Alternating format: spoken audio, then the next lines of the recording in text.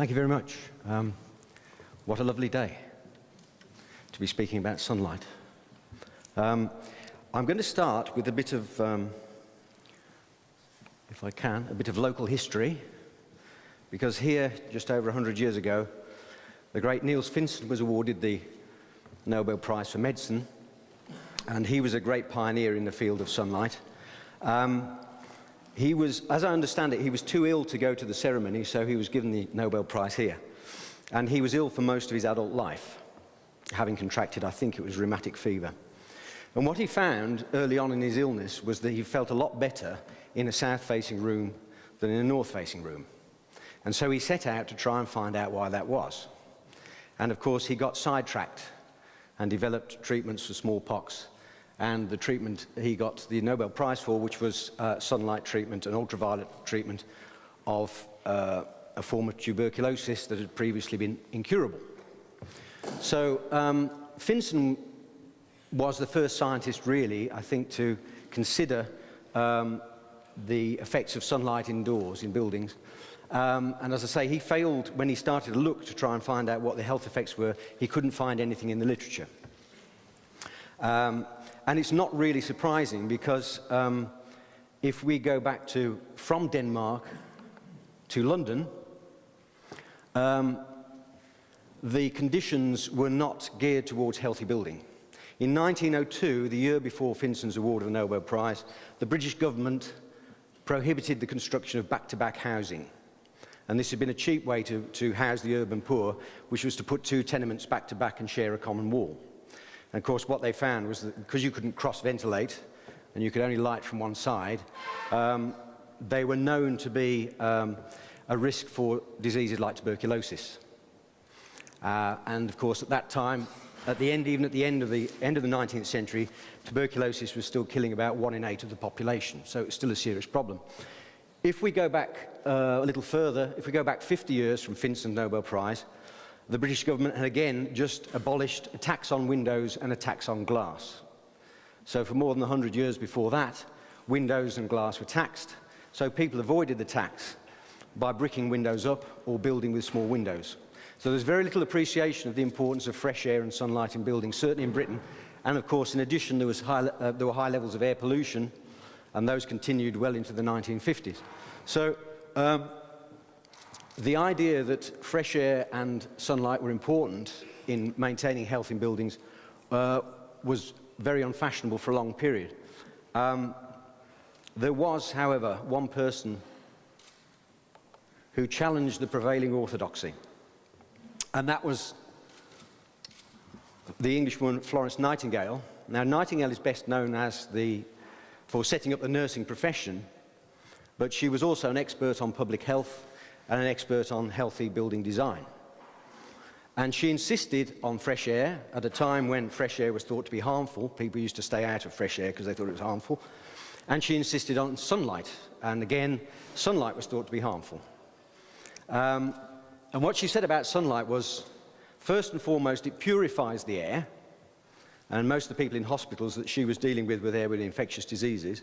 So she said, sunlight is important because it purifies the air and stops infections. But she said it also had health effects on people who are recovering from illness. And what she said was, I had rather have the power of carrying my patient about after the sun, according to the aspect of the rooms, if the circumstances permit, than to let him linger in a room when the sun is off. People think the effect is on the spirits only. This is by no means the case. The sun is not only a painter, but a sculptor. So what she's saying there is the effects are not just psychological. Now, she wasn't a scientist, but what she was a very accomplished statistician, one of the first people to use medical statistics. So she could look at recovery rates and see what was going on. And I said, these were very challenging ideas at the time and remained so for many years, but she was right in every respect. So, we're talking about sunlight in buildings. What does standard window glass let through? It filters out solar UVB radiation. Nearly all of the UVB is filtered out by glass. You get a very small proportion. So you cannot stand in front of a window and synthesize vitamin D in your skin. And it is very, very difficult to get a suntan behind ordinary window glass, as you probably know already. But it does let through UVA radiation very well. And UVA, of course, is partly responsible for the fading of carpets, fittings, furnishings, and expensive watercolour paintings. It is also germicidal. It is not as germicidal as UVB, which in turn is not as germicidal as UVC, but it is germicidal. If we move on to light, the visible spectrum, ordinary standard glass lets about 90% of the light in, depending on the thickness. Now, light, of course, is made of a range of colours. The red end is not germicidal. The blue end is germicidal. So the more blue light you get in on a blue day, blue overcast day, the more germicidal the light is. And of course, light is, as we now know, therapeutic. There will be other speakers talking on the effects of light on the human body, so I won't labour the point. But as we know, it affects things like circadian rhythms and so on. And it also has physiological effects. I'll speak very briefly about one of them. But the other part of the spectrum that comes through is 83% of infrared radiation comes through window glass. Now, there is evidence that that can affect the course of infection. But the thing to bear in mind with infrared is that infrared is or can be therapeutic. So this is infrared therapy of a leg ulcer. As you may be aware, older people tend to get them because the circulation is poor. So infrared, unlike UV, infrared penetrates deeply into the body and affects circulation and many other processes within the system. So it's used as for wound healing, and it's been used for many years for wound healing, and it also is an analgesic, so it relieves pain. But this is a special German lamp that is water-cooled and fires far infrared into the tissues to speed up the healing of chronic ulcers. The other effects of infrared, one of them is, I'm sure many of you may indulge in infrared saunas, I don't know, but the medical literature suggests that if you do have a sauna, infrared sauna, it is beneficial for people with cardiovascular problems.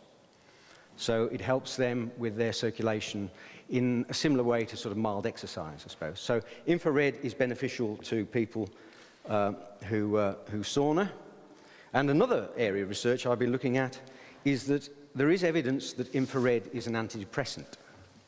So, for example, if you get people who have seasonal affective disorder, they have their light therapy in the winter, they recover, some of them, but most of them make a better recovery in the summer months. And one argument for that is it is actually the infrared component of solar radiation that helps.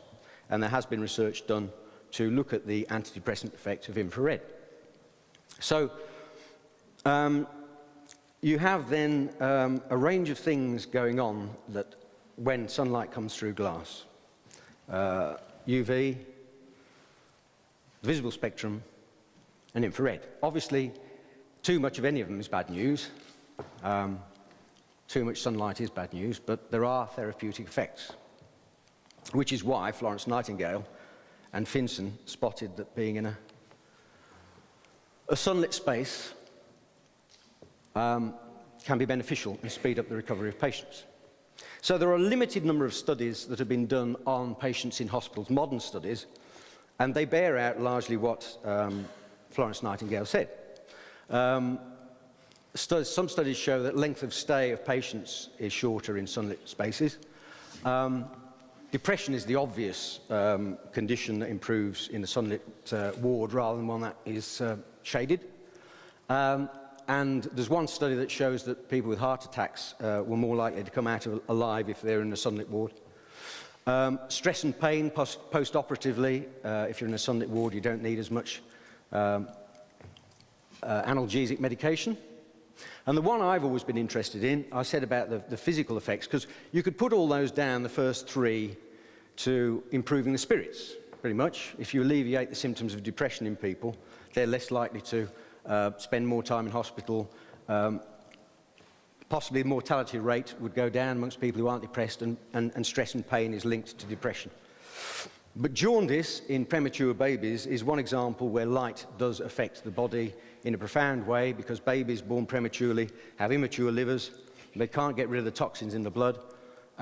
In the 1950s, a nurse rediscovered that if you put premature babies out in the sun, it got rid of their jaundice. And there was one study I found where they had a ward full of premature babies, and they cut down the light levels, the sunlight levels, and they had an epidemic of jaundice amongst the premature infants. So clearly light has quite a profound effect. The other aspect I'd like to return to is the pathogen count in rooms that do or do not get sunlight. Clearly, if sunlight is germicidal, which it is, then you will find the environment is cleaner and there are less dangerous bugs about to infect you. And there's plenty of research to show that. Most of it is old research, but there is plenty of it, that sunlit wards are less likely to have pathogens in them than darker wards. So, why is that important? Well, not wishing to cast a blight on the day, but some epidemiologists are now talking about the age of pandemics coming. What is happening is that as the population of the planet increases, people are living in closer proximity to animals. And what that means is that viruses can jump from animals to humans far more easily than they used to. The one that people always worry about, and quite right, is influenza. I was watching the news when I was in England before it came out, and there's a new strain of influenza been identified in China recently, which is, was it H7N5? And then there's a coronavirus that's going the rounds in Saudi Arabia, I think it started, and that's similar to the SARS virus that caused the pandemic in 2003. So, again, influenza is always a threat, and there are many others that are either re-emerging or new infectious diseases are coming along. And the argument that these, some epidemiologists are putting forward is that, if not now, in the future, we will be facing a greater threat from infectious diseases, viruses particularly. And again, we have the other problem, which is drug-resistant bacteria. That's been going on for years and years and years. Our chief medical officer in England recently said it was reached a critical point or something. But there's certainly now strains of tuberculosis that are effectively incurable. Not just drug-resistant, but there's nothing they can do once you get it. And I'm sure you're all aware of things like MRSA and so forth. These are now, can be community acquired. You don't have to go into hospital to catch them. You can actually catch them in the community. So bacteria are getting harder to treat, and there are new viruses coming along. And perhaps the one point I should make from this presentation, if nothing else, is that many of them, especially the respiratory infections, are caught indoors. You don't catch them outside. You don't catch influenza, colds, tuberculosis, smallpox, measles, all these things. It is referred to as an indoor event in the literature. So you're very unlikely to catch something like tuberculosis if you're outside all the time. I did a bit of research a few years ago on the 1918 influenza pandemic, which killed about 100 million people in a very short time. And some research shows that patients who were put outside recovered, while those who were kept indoors died in large numbers. Now, why that was is open to debate, but clearly sunlight is the major germicidal agent in the environment, and fresh air, outdoor air, is also germicidal. So the old way of dealing with an infection or infectious environment was to try and make indoor conditions as close to outdoors as you possibly could. So they would whack vast amounts of fresh air. You can see the windows in these buildings, these would have been open and cross-ventilated. And the idea was that in hospitals particularly, you cross-ventilated and you let sunlight in to keep the amount of infection down.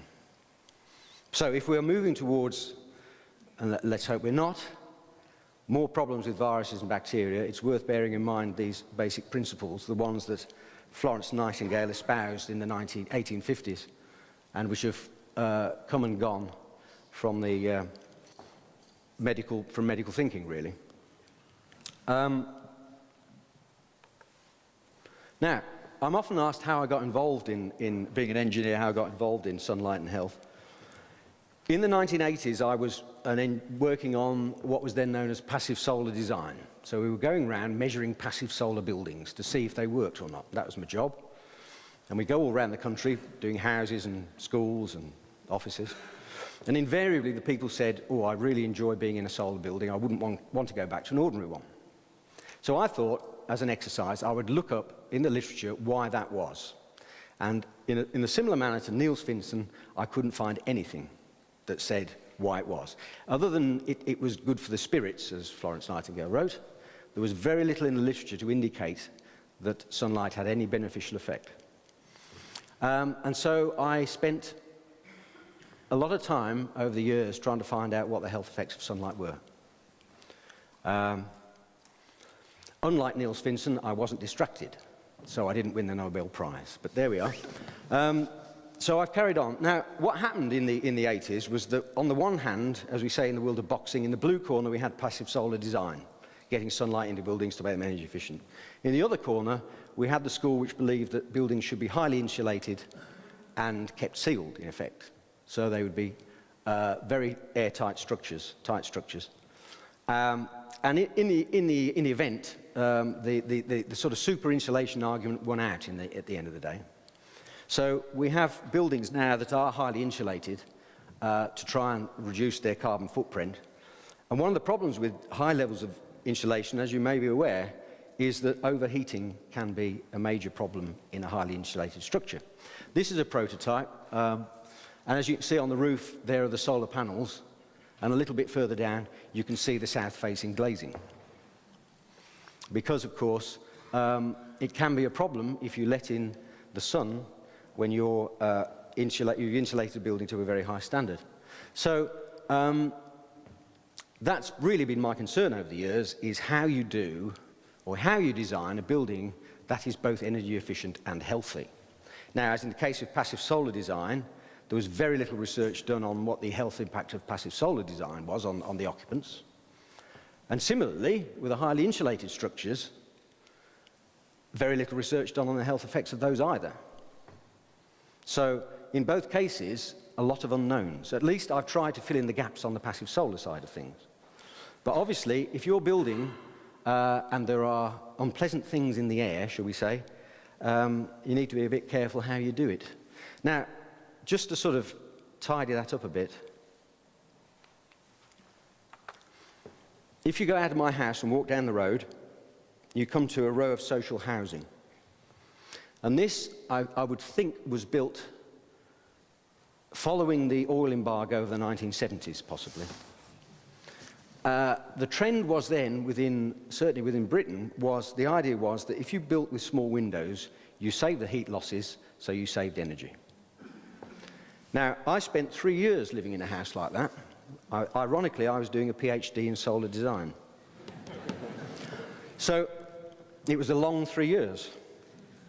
And I know what the effects of light deprivation, prolonged light deprivation are. I was trying to think what it did to me last night. I was thinking about it. And of course, you couldn't stand being in it during the day. You had to get outside because it was just so dark. And you had the lights on all the time, so it defeated the object of being energy efficient because you had to have the lights on.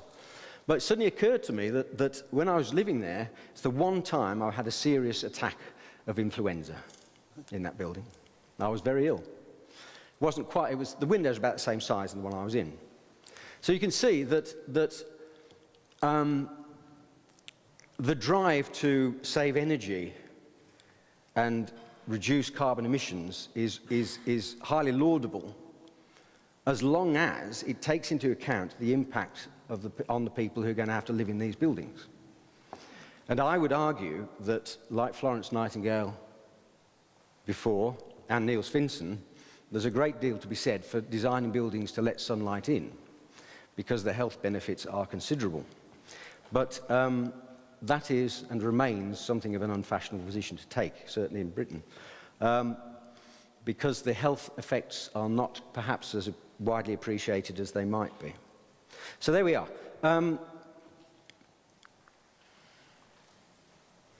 Everything I've told you, nothing is new in what I've told you. As I say, Florence Nightingale worked most of this out. She didn't know about infrared and UV and all the rest of it, but she had a pretty good idea that people recover better in a sunlit space than one that's dark, for most diseases. Not all, some diseases are better kept in the dark, but for the most. And again, ventilation is another area that I've looked at recently. I have a paper coming out. I'm not supposed to tell you about it, but I think it's going to go to press shortly when I've had a look at the proofs. It's in a medical journal. And very kindly, Velux supported some research I wanted to do on infections in buildings. And what I looked at is what was known about how infections spread in buildings and what is known about the effects of ventilation and sunlight in preventing them spreading and people not getting infection. And it was quite alarming, really, to realise how little is known about the effects of ventilation and how little is known about the way that infectious diseases are spread from one person to another. And again, the whole role of sunlight in preventing infection has not been studied to any great extent. Certainly not to the extent I think it should have been. So anyway, that will be coming out at some point. I've written it with a consultant microbiologist, so that will be funny. So there we are. So I'd just like to sort of thank Velux very much for supporting me in that research and for inviting me along on a lovely sunlit day to speak to you all. All right, thank you very much indeed.